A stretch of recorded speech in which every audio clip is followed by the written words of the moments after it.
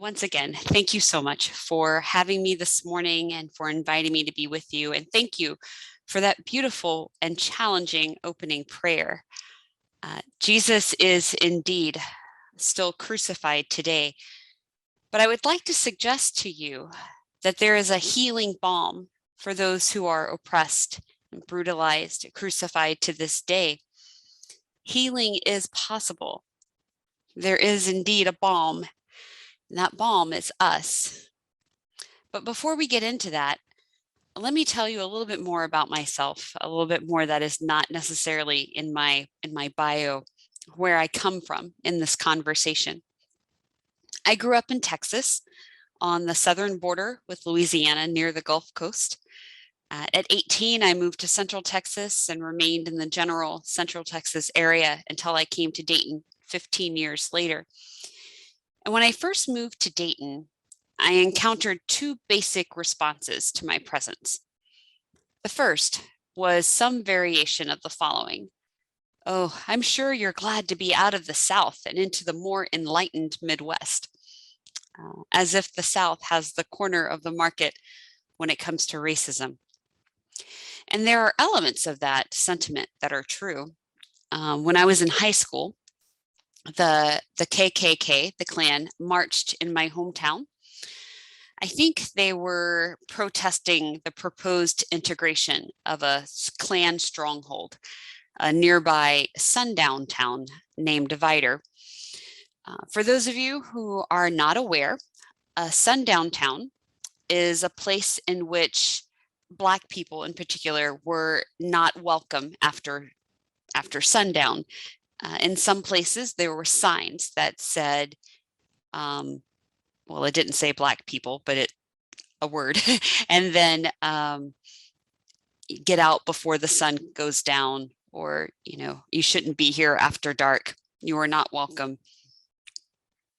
Anyway, I remember that Saturday that the Klan marched very well. I had to work that day in our city's one and only McDonald's, and I was actually terrified of what would happen if members of the Klan came into our McDonald's.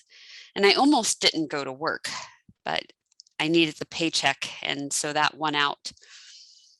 Another time, I was driving to school. I went to the only Catholic high school in our diocese, which is in a different city, about 25 miles away from my hometown.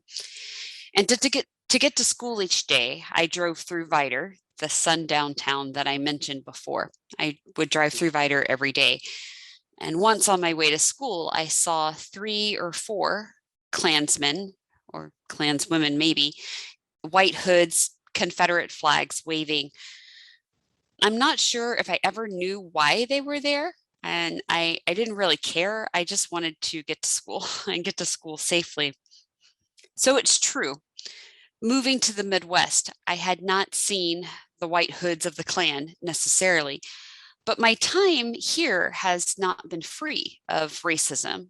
I'll never forget when I first moved here, the feeling that I had the first time I went to a local parish here in Dayton. I was with one of our sisters, and we walked in just as Mass was about to begin. And it's a fairly large community, and the church was packed. And there was not a single person of color in the church except for me. And as we walked in, I felt the eyes of the whole church on me. Now, that's probably not true, but that's what it felt like. And every time I looked up from my spot in the pew, someone different was staring at me. And I wanted to find a way to communicate to them, like, I'm Catholic.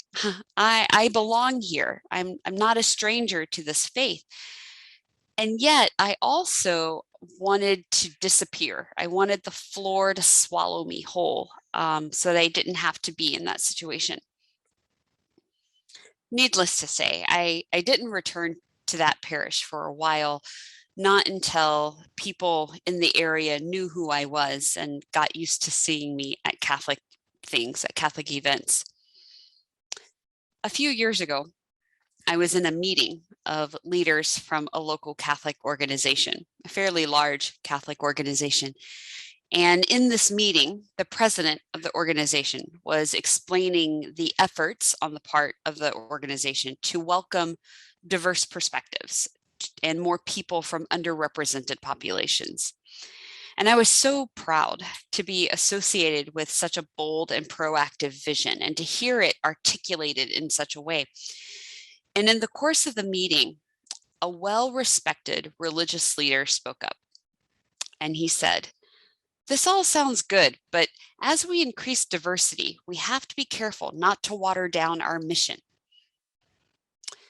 As if in order to welcome people from diverse backgrounds, we'd have to give up part of what it means to be Catholic. I would venture to say that the very opposite is true, that what it means to be Catholic, universal, is to be integrated, defined by love and justice, humility and compassion. Another story, and then we'll move on. Once I was traveling with a mixed race group of people here in Ohio, and we were traveling in several different cars. And the car that I was driving, the three of us in the car happened to be people of color, the only people of color in this group. So the other cars all had white people in them. And someone in the lead car decided that we would stop in a small town for ice cream. That seemed like a good idea. And the three of us in my car, we were like, what are we doing? We did not think it was a good idea. We said, wait, where are we stopping?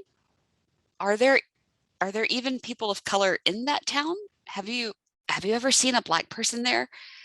We didn't know. Are we going to a sundown town? Is it safe? You see, some people don't know that sundown towns still exist.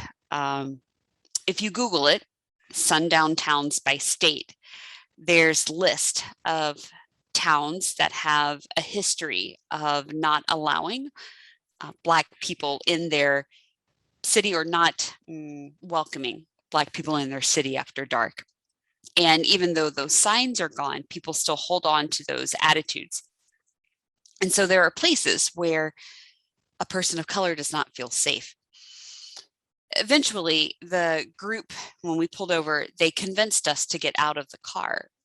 There was a lot of social pressure, and my anxiety and my frustration was very high because I didn't feel understood, and that my feelings were being dismissed as unnecessary or ridiculous. And this is the thing, and the reason I tell you these stories is that as a Black woman, I am constantly thinking about these things. Is this place safe? Do I see other people of color? Will I be met with animosity? Will people treat me worse because of my color? Or will they pretend they don't see my color at all? It's something that's very much ingrained in me, and it's always with me. It's always in the back of my mind. And some people may think that it's not really necessary for me to think about these things. But I would argue that the events in our nation over the past several years, and some could argue the past several decades or since the beginning of our nation, that these events would say otherwise.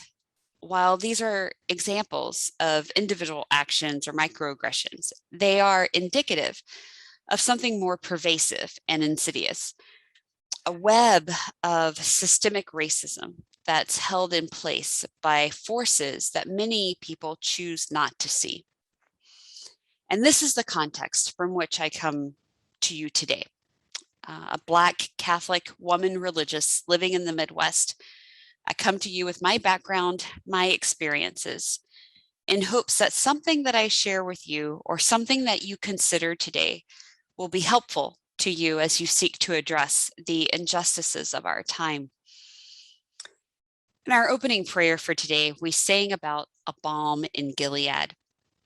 This song, as you may know, comes from a line from the prophet Isaiah. And in chapter 8 of Jeremiah, what prophet did I say? I meant to say Jeremiah. I apologize. In chapter 8 of Jeremiah, the prophet is lamenting the suffering of his people. He's crying out to God to hear the cries of the people. And he says, Is there no balm in Gilead? Is there no healer? See, Gilead, a region southwest of the Sea of Galilee, was known for having a balm or an ointment that had some healing properties. So that was what Gilead was known for. And so Jeremiah is calling out to God, asking why there has not been healing for God's people. Why has there not been this healing balm given to ease their suffering? And when will their suffering come to an end? And if we listen hard enough, we might hear the same cries today. Where, oh God, is the balm to heal our fragile earth, our common home in danger of environmental catastrophe? Where, oh God, is the balm to heal the people from the sins of racism and individualism and greed and apathy? These are not necessarily issues that are independent of each other. These injustices, the environmental issues that we see, systemic racism, you could say poverty and food insecurity, they're all interwoven, they're stitched together in a system that's held in place by a history of white supremacy and power of one people over another. But we can provide the balm. We have to. If there's going to be any healing, it has to start somewhere. And so I would like to say, why not with us, right? And so what is the balm that we can offer? What is the healing that we can offer this world? And I'd like to propose 4 things that might enable us to answer this call. Encounter, metanoia, interruption, and collaboration. Okay, so encounter, metanoia, interruption, and collaboration. It begins with encounter. This is a major theme of Pope Francis's pontificate, the culture of encounter. Back in 2013, the Pope sent a video message to the people of his former diocese in Buenos Aires on the Feast of Saint Cajetan. In this message, he stated, we must build, create, construct a culture of encounter. How many differences, family troubles, always, trouble in the neighborhood, trouble at work, trouble everywhere. And these differences do not help. The culture of encounter, reaching out to encounter each other, reaching out to those most in need, in short, with those who need me. When you meet those most in need, your heart will begin to grow bigger and bigger and bigger, because reaching out multiplies our capacity to love. An encounter with others makes our hearts bigger. Take courage. End quote. So what Pope Francis is talking about, what he's saying throughout his papacy, is not just about charity or service or reaching out to those in need as we typically think about it.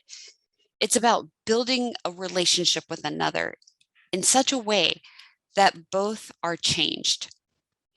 It's about truly seeing a person, a situation, with all of the gifts and challenges that are a part of that person or that situation, and allowing that to change us and us to change them, to become new together. And why must we start there? We start with encounter because we cannot heal what we don't see. We can't address what we don't know. We can't respond to cries we don't hear.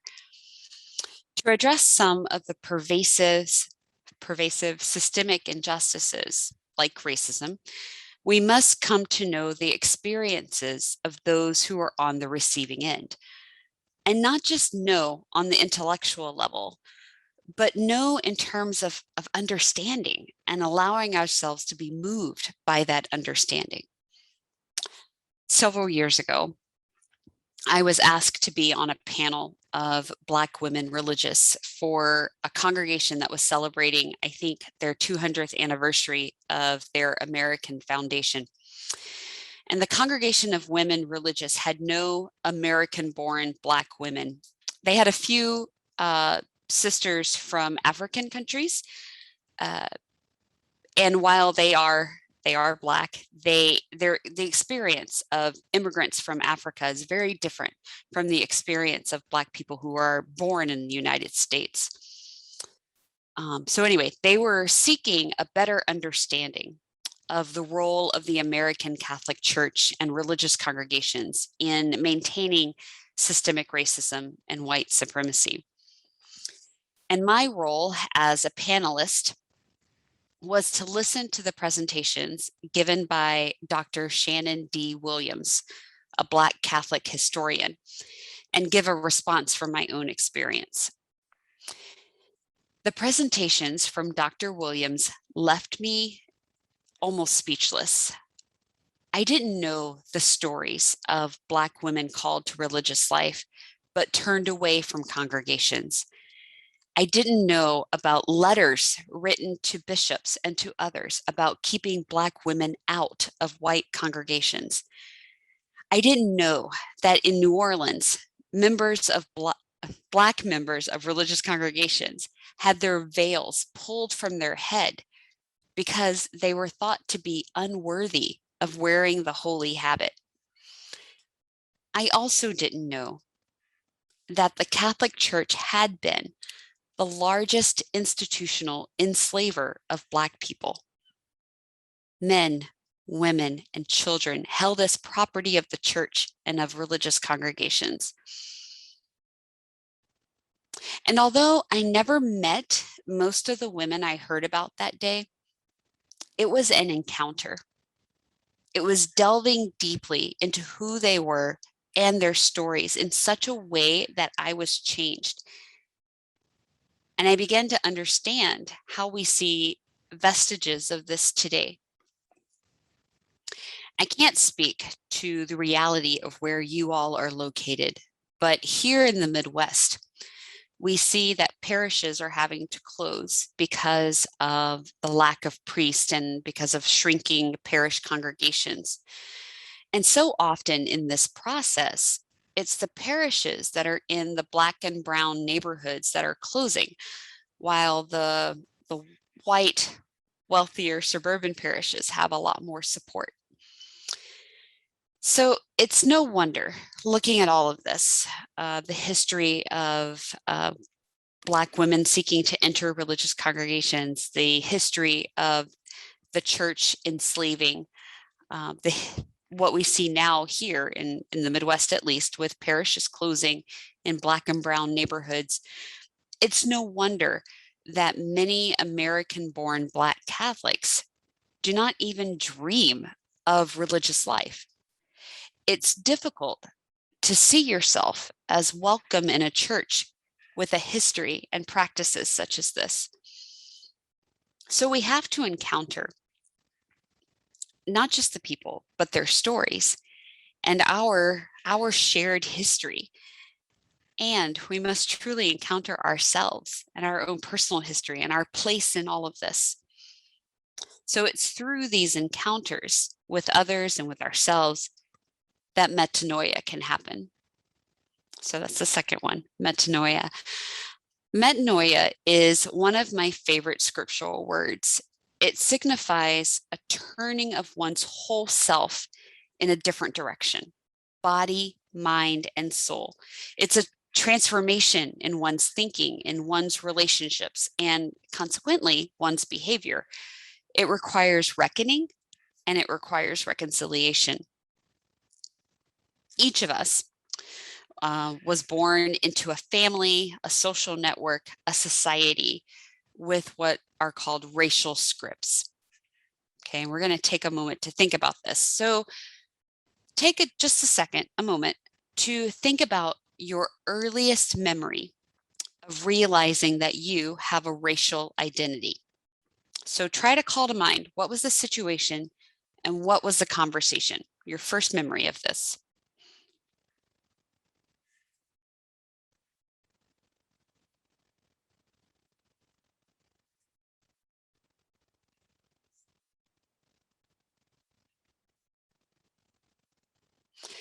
What did you learn from this experience about your own race?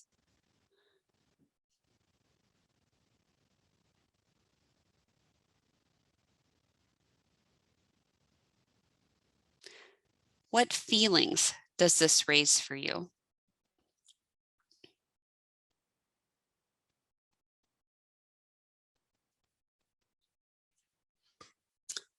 My first conversation about race that I can remember happened when I was in kindergarten. It's kind of a long story, but I'll make it short. Two of my best friends at school were two girls named Demetra and Deirdre. And we were like three peas in a pod. Looking back, I think we may have been the only Black girls in our classroom, but I really don't remember that. Um, but anyway, the three of us used to pretend that we were the Mandrell sisters. I don't know if you remember the Mandrell sisters from the 70s. They were a 70s country music group, three sisters who sang, and they had a weekly TV show. So Demetra, Deirdre, and I would sing and dance in the playground, pretending that we were them. And one day, one of them said, "We're like the Black Mandrell sisters." I was 5, and no one had yet talked to me about race up to that point. The only thing I could think of were the colors in my box of crayons. Uh, and I remember so vividly that, I'm thinking about the crayons in my box, and I'm looking at my arms, and I'm like, I'm I'm not black. I'm more of a kind of a brown color. So I told them that. I said, I'm kind of brown. And one of them said, "Girl, you are black." And so when I got in the car that afternoon, I said to my mom, I was like, "Mama, Demetra and Deidre said that I'm black." And my mom, I remember, she like sighed, a very heavy sigh. She said, "You are." And I remember looking back on it, the depth of my mother's sigh and the sense that I have now is that it was as if my mom thought she'd be able to go a little longer before having a conversation with me about race. When I think back on it, the incident feels, I have a sense of melancholy about it because of my mom's response, because she seemed to be carrying a very heavy burden when I brought that up. And a few years later, I don't remember exactly how old I was, but a few years later, my mom told me about her experiences growing up as a Black child and young adult in rural Louisiana. At that time, colorism, which is prejudice and bigotry based on the darkness of one's skin, was much more overt than it is now. It still exists now, but it's not quite as obvious. My mom was the younger of two sisters and was slightly darker in tone than her sister, who was very pale. And there were places that her sister could go and things that her sister could do that my mom could not, because my mom's skin was darker than a brown paper bag and my aunt's skin was not. If you've not heard of this, it was called the brown paper bag test. And this test was used to identify who could do certain things in public and in private spaces as well. And it was upheld by laws and social mores in southern rural Louisiana at the time. And for this reason, my mom always associated darker skin with badness or with wrongness. To be dark for her was to be bad, or to be you were going to have a harder life. And it impacted the way my mom raised us, and how she interacted with white people and how she interacted with Black people as well. This is the racial script that I was speaking of before. It's a means of continuing a cycle of racial socialization. According to the historian Natalia Molina, racial scripts highlight the ways in which the lives of racialized groups affect each other across time and space, even when they do not directly cross paths. She uses the term racialized groups instead of race or ethnicity because as we know, race and ethnicity are not biological facts. They are social constructs that were created and are manipulated. And so what she's saying is that people are racialized, but not that they have a race, if that distinction makes sense.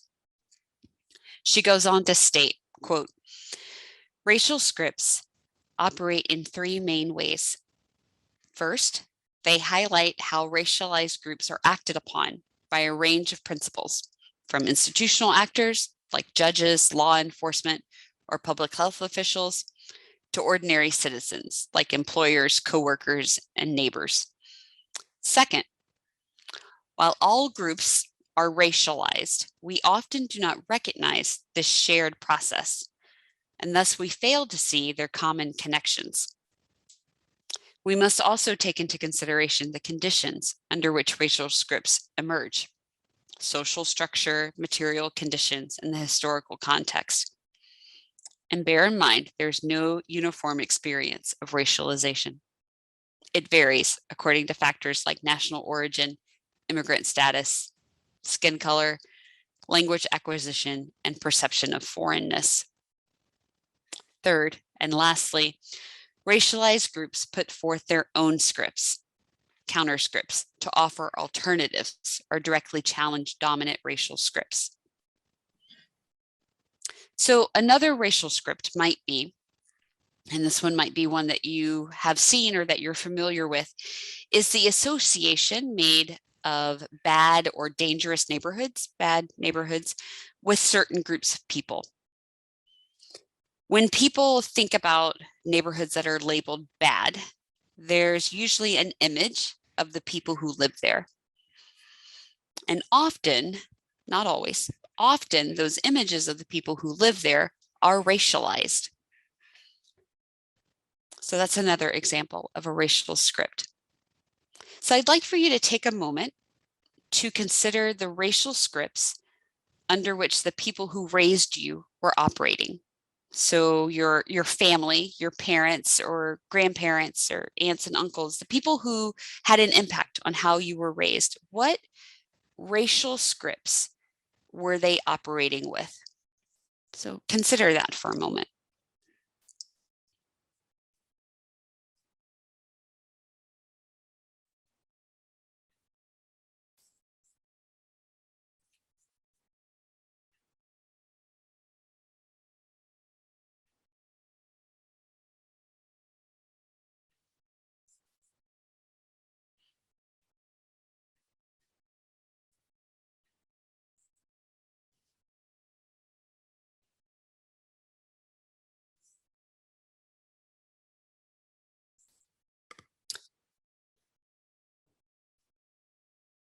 So we learn or we pick up racial scripts from the people who raised us, but we also learn racial scripts from school, from church, from society, media, and practices within our own cultural group. So consider the conscious and the unconscious messages you learned while you were growing up about your own race and about the race of others. Things you learned from your school or from your church, from practices. What were the messages that you heard, conscious and unconsciously?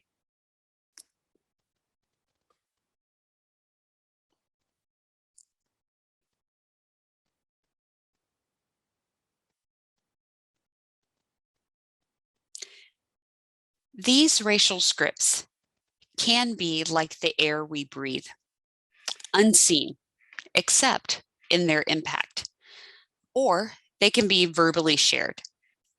But all of us have them as a part of our lives. We were all raised with racial scripts in some way. When we truly encounter the experiences of another and our full shared history, when we examine the racial socialization cycle in which we are a part, we may see in ourselves a need for metanoia and not just personal metanoia, but within the systems we are a part. This is what I mean by interrupt. The third thing that we can do, interrupt. To step into a situation, into a system, and interrupt the cycle of racial socialization. It's not enough to be not racist. As Ibram Kendi has said, we have to be anti-racist, to recognize and work to break down racist policies, biases, behaviors. In short, to be anti-racist is ongoing work. It's actively identifying, describing, and dismantling. So interrupting what is within the individual and what is systemic in institutions. It's really important, though, as we seek to identify, describe, dismantle, interrupt cycles of racialization, to pay attention to one's intention when interrupting. So what I mean by that, when you speak up, when you speak out to challenge biases, systemic racism, white supremacy, it's really easy to fall into the trap of being the savior in this situation, to use your voice instead of inviting the voices of others. It can lead to disempowerment and actually perpetuates the sense of white supremacy. So instead, it's important to think about it in terms of collaboration, to work with instead of working for. But you can't do this without building on the foundation of solid relationships. Encounter has to come first.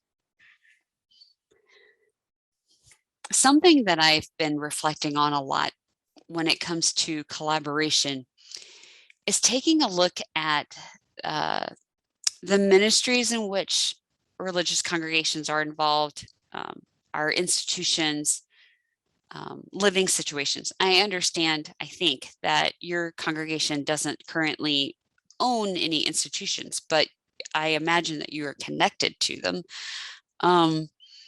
Over the past, just so you know, yeah, we as an area don't have any sponsored institutions, but in our other areas we do. Okay, great. Oh, thank you for that clarification. That's helpful. Thank you. Sorry about that, about my mistake. So over the past few decades, I think that religious congregations have done a fairly good job of examining like where our ministries are and who our ministries serve, or who we serve in our ministries, to try to go more into diverse areas or diverse populations. But I think other questions we could be considering, that we could ask ourselves, are not only who do we serve, but with whom do we serve? It's a completely different question. With whom do we serve? If a person of color, so let's, I guess more specifically, if someone who is Black were to enter your congregation in your area, for instance, where would she see others who are like her? Among your staff, among your collaborators, in what roles? In your social circles, would they see people like themselves? In your ministries, in what role? Would they see others like themselves in mutual relationship with you, or as someone who is served by you or who serves you? When we speak of collaboration, I think these are really important questions to consider. So if we can truly encounter and experience metanoia so that we can interrupt cycles as collaborators, we will find that the impact will be much greater than what we might think at first. If we can work towards dismantling systemic racism and white supremacy in our circle of influence, we will find that the other justice issues of our day will be impacted positively as well. For inequitable distribution of wealth, inequitable distribution of wealth, climate crisis, and other issues are held together by the same power structures that systemic racism is supported by white supremacy. So if systemic racism can be addressed, then the other issues can also be addressed more easily. So thank you. Those are my thoughts. Thank you for listening.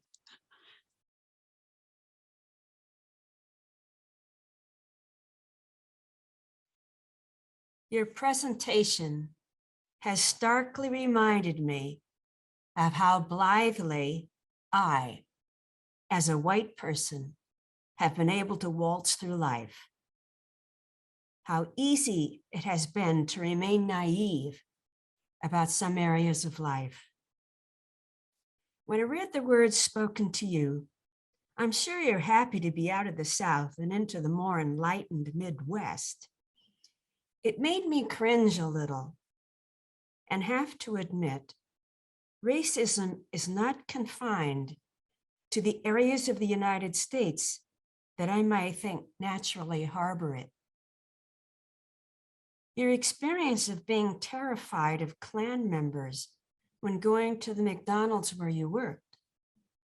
Afraid or not, you had to go because you needed the paycheck.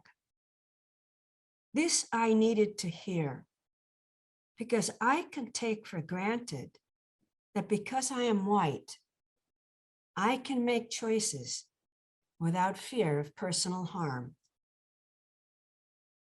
As a white person, I experience going for ice cream as relaxing and enjoyable. But you mentioned that when you were traveling with a mixed race group and going for ice cream was suggested, you and 2 other women of color in the car you were driving were worried, not knowing whether or not this was a sundown town. I did not know the term sundown towns. Your referral to them made me look up the definition. I learned it meant that Black people had to be off the streets by the time the sun went down. Towns and cities across the United States have a deep history of racism, segregation, and violence. I do not know what cities or towns in California have that history, but I recently learned it was not until October 15, 2020, that the city of Glendale, California, became the first city to make a formal apology for its racist policies. Listening to you reminded me of a happening in my own childhood. It was in 1953, and our family had just arrived in California from Canada. My parents found a place for us to live in the Bella Vista Apartments in Monterey Park. One day, the doorbell rang, and we 4 kids ran to open the door before my mother could get to it. There we saw a woman, elegantly dressed, who reminded me of our grandmother. The woman asked if a family named such and such lived in these apartments. My mother said she had not heard about a family with that name, but there were other sections to this apartment complex, and if she went farther down the street, she may find the family she wants. The woman thanked her and walked down the stairs. When she reached the landing, I felt she really needed more information. I blurted out, And besides, no Black people live here. My mother was mortified and apologized profusely to the woman. The woman responded, "That's all right. I hear that all the time."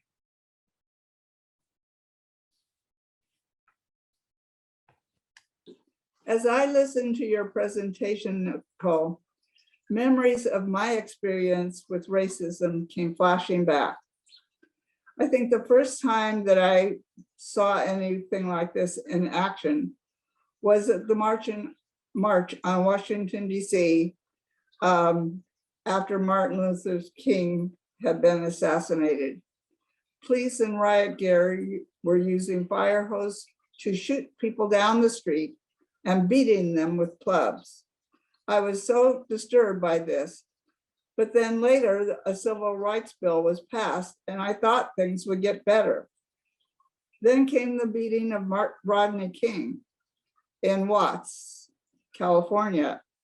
And this was in my own neck of the woods. And I thought, how can this happen here? In the late 1980s, I moved to Ahoskie, North Carolina. And it was there that I met racism close and up and personal. When it was time, when I was with a young man who was Black, and it was lunchtime, and I asked him, would he like to go to McDonald's? And he said yes, and we went in, and there were both Black and white people in McDonald's, and I got in the shortest line, and we got up to the server, and I turned to Lorenzo and said, what would you like to eat? And he told me, and I placed our order, and the server's jaw dropped. And she just looked at me. And I thought, she doesn't understand what I've asked. So I said, do I need to repeat my order? And she said, no, I understood that.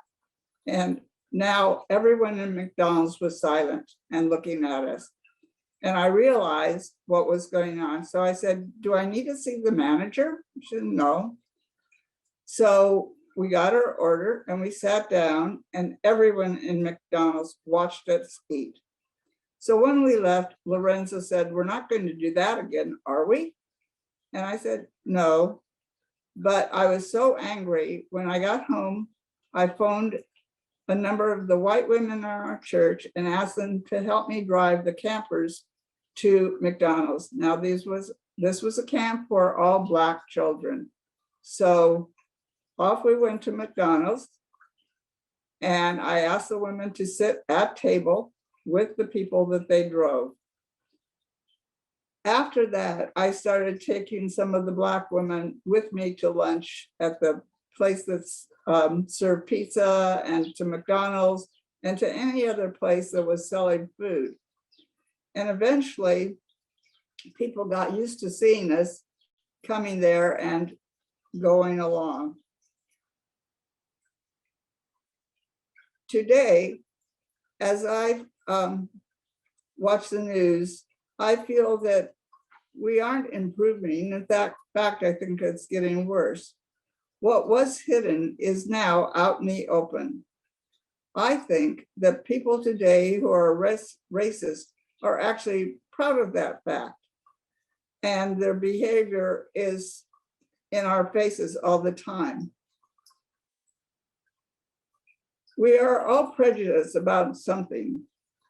Maybe it's about Brussels sprouts. And that prejudice does not hurt anyone. But we have a long way to go before we see each other as one family, no matter what our nationality or races is. Thank you. Thank you, Sister Nicole, for your very moving and thought-provoking presentation. You're sharing with us about the painful experiences you had in growing up, what it was like for you to be Black in a white-dominated world, touched me deeply. Two experiences in particular struck me. You were in high school at the time. In one, the Ku Klux Klan marched into your hometown, and you were working at your city's McDonald's. You were terrified the Klansmen were going to come into McDonald's. You saw 4 to 3 Klansmen, perhaps Klanswomen, in their white hoods and with Confederate flags flying. You didn't care why they were there. You just wanted to go to school safely. I cannot help but think of Black parents today who feel the need to give their children the talk about how to protect themselves on the way to school, how to behave with a police officer, how to be safe in different situations. Thank you for the 4 ways you gave us to be a healing balm for those who suffer pain inflicted by racism today. I found them to be very helpful. The first means encounter. This, as you said, is a major theme of Pope Francis. He emphasizes it strongly. To reach out, to get to know and build a relationship with someone who is different from me. To get to those who experience racial injustice embedded in the society in which we live today. I was struck by the story you told about being on a panel of Black women religious and being left speechless when the presenter, Dr. Shannon D. Williams, recounted the history of how Catholics, religious congregations, and the church were complicit in racism that grew and fed on slavery, systems of segregation and discrimination. For centuries, United States history focused on what was told from the perspective of the dominant group of Americans and neglected history told from the underside.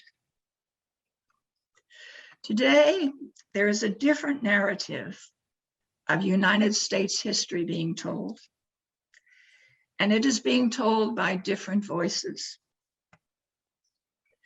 I appreciate that you spoke of some of these voices in your talk. Listening to these voices in the telling of a new narrative of our nation's history, especially Black Catholic history, can be a moment of encounter for us. The second means of healing, metanoia. I was very interested to hear you speak of getting in touch with racial identity. The racial script each of us has. I was very moved by the story you told of your family. Your story about your mother, how at the age of 5, you told her that your best friends in school said you were Black. You said your mom sighed, having hoped her conversation with you about race could be delayed until you were older. But at 5, she talked with you about race. And then a few years later, when you were older, Your mother shared with you her racial script, that she was younger than her sister and also slightly darker in skin tone, and that there were places her sister, your aunt, could go and things she could do that your mom could not because of your mom's darker skin. It might be helpful for all of us to get in touch with and to share in a spirit of openness and trust our individual racial scripts that each of us has learned from a variety of influences in our lives. The third means of healing, interrupt. You quoted that Ibram Kendi is a voice that can help us to understand how to interrupt. He notes the difference between being not racist and anti-racist. He explains, as you said, that being anti-racist is ongoing work. It is actively identifying, describing, and recognizing what is racist, and then interrupting it on a personal level and within what is systemic in the institution and society. Dr. Ibram Kendi's books and a podcast have helped me, and they may be helpful to others too. The fourth means of healing, collaboration built on solid mutual relationships of white people with Black, Latinas and Latinos, Indigenous and Asians, all people of color. I appreciate your saying that it is helpful to ask not only who we serve, but with whom we serve.